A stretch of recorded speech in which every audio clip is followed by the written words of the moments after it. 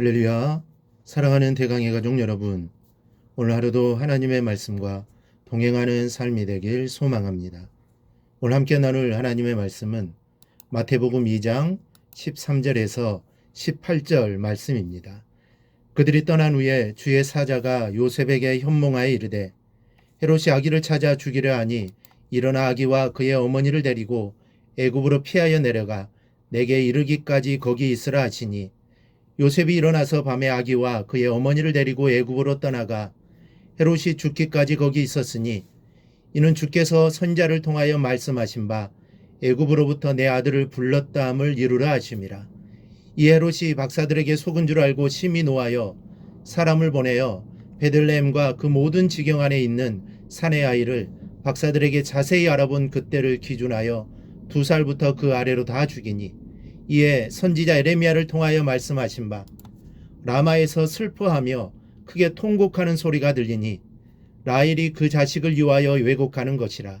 그가 자식이 없으므로 위로받기를 거절하였도다 함이 이루어졌느니라. 아멘.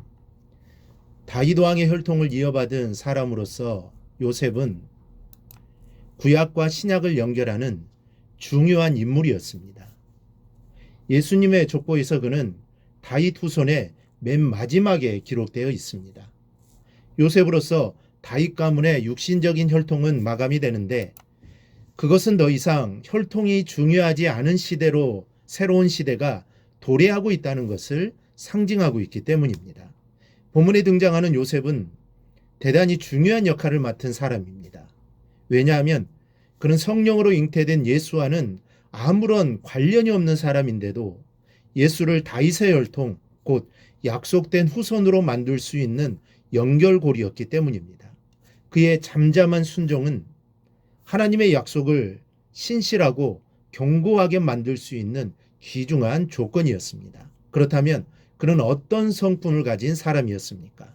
그는 1장에 기록된 대로 마리아와 정원한 관계를 조용히 끊고자 했습니다. 왜냐하면 그때까지 요셉은 약혼녀인 마리아가 성령으로 잉태한 사실을 몰랐기 때문입니다. 말하자면 음행의 결과인 줄 알았던 것이죠. 그런데 그는 보통 사람들과 다른 행동을 했습니다. 본래 율법대로 하면 음행한 여자는 돌로 쳐 죽이는 것이었습니다. 이렇게 해도 아무도 항의할 사람이 없었습니다. 아니, 오히려 요셉의 편을 들어주었을 것입니다. 그리고 설령 이렇게까지는 하지 않는다고 하더라도 자기와 정혼한 여자가 임신을 했다는 사실을 아무 말 없이 받아들이는 사람은 없습니다. 오히려 온갖 추한 상상을 다 동원해서 부풀리는 것이 세상의 이치입니다. 자신이 옳다, 자신은 죄가 없다는 것을 나타내기 위해서일 겁니다. 그런데 요셉은 이 받아들일 수 없는 사실을 앞에 놓고 단지 마리아와의 관계를 조용하게 끊으려고만 했습니다. 요셉은 이만한 사람이었습니다. 그런 요셉에게 이제 주의 천사가 꿈에 나타나 마리아의 임신이 성령으로 된 것임을 알려주게 됩니다. 그런데 그때 주의 천사의 말을 그대로 순종함으로 받아들이게 됩니다. 우리는 요셉이 주의 천사의 말을 아무런 갈등 없이 받아들인 것을 당연한 것으로 생각합니다. 내게도 천사가 나타나 그렇게 말하면 얼마든지 순종할 수 있다고 생각하기 때문입니다. 하나님이 직접 계시로 말씀하시는데 갈등하는 게 오히려 이상한 게 아니냐, 이 반문할지도 모릅니다. 그러나 그게 정말 단순한 문제일까요? 한번 생각해 보십시오. 한번 순종하고 끝나는 문제가 아니질 않습니까? 내 피부치도 아닌 아들을 평생을 양육해야 하는 문제입니다. 자신이 낳은 자녀도 양육하기가 힘든데 자신과 아무런 상관도 없는 아들을 평생 양육한다는 것은 쉽지 않습니다. 이거 못할 일입니다.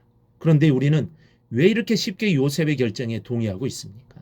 천사는 둘째치고 내 안에 계시는 성령 하나님께서 나에게 말씀하시고 감동을 주셔도 우리는 어기며 사는 우리들입니다. 늘 내 마음대로 살아가는 존재들입니다. 그렇게 요셉의 결단은, 그 순종은 아무나 흉내낼 수 있는 것이 아닙니다. 오직 성령이 이끌려 사는 사람에게서만 가능한 일입니다. 하나님의 뜻을 알고 하나님의 뜻에 순종하는 사람에게서만 가능한 일입니다. 여러분, 요셉은 자신의 조상 요셉과 여러 가지 점에서 닮은 사람입니다. 조상 요셉이 꿈을 통하여 하나님의 뜻을 알고 따랐던 것처럼 그 역시 꿈을 통하여 하나님의 뜻을 깨달았습니다.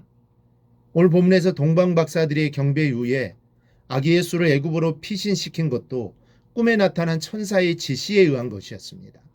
또 조상 요셉이 애굽의 총리가 되어 자기의 형제들과 동족을 구했던 것처럼 오늘 본문에서 후손 요셉은 애굽으로 피신해 헤롯으로부터 아기 예수를 지킴으로써 온 인류를 구해 주었습니다.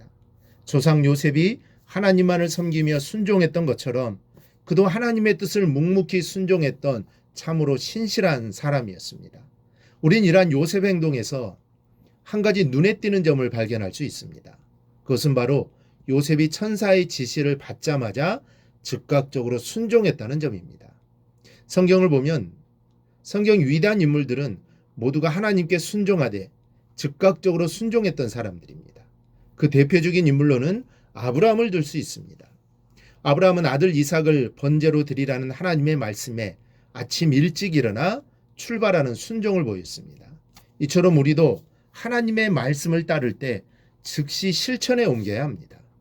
사실 하나님의 말씀에 대한 순종은 지연하면 지연할수록 더욱 행하기가 어렵습니다.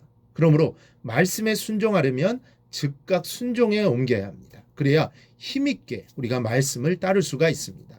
순종은 더 큰 순종을 낳지만 한두 번 미루면 결국 더 큰 불순종으로 굳어지게 됩니다. 따라서 우리는 하나님께서 말씀을 하실 때 아브라함처럼 요셉처럼 지체 없이 순종함으로써 날마다 아름다운 순종의 열매를 풍성하게 맺으시기를 바랍니다. 이렇듯 신실한 사람은 하나님의 뜻에 순종하는 사람입니다. 기도함으로써 또 말씀을 늘 묵상함으로써 내게 말씀하시는 하나님의 뜻을 깨닫는 사람이 신실한 사람입니다.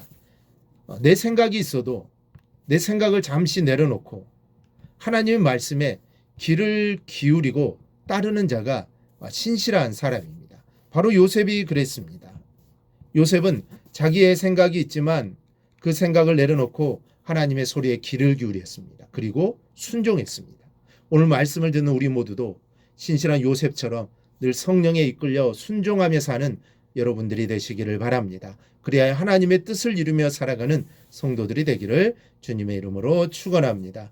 오늘 묵상한 말씀을 굳게 잡고 삶으로 실천하며 살아내는 대강의 모든 성도들이 되기를 축복합니다.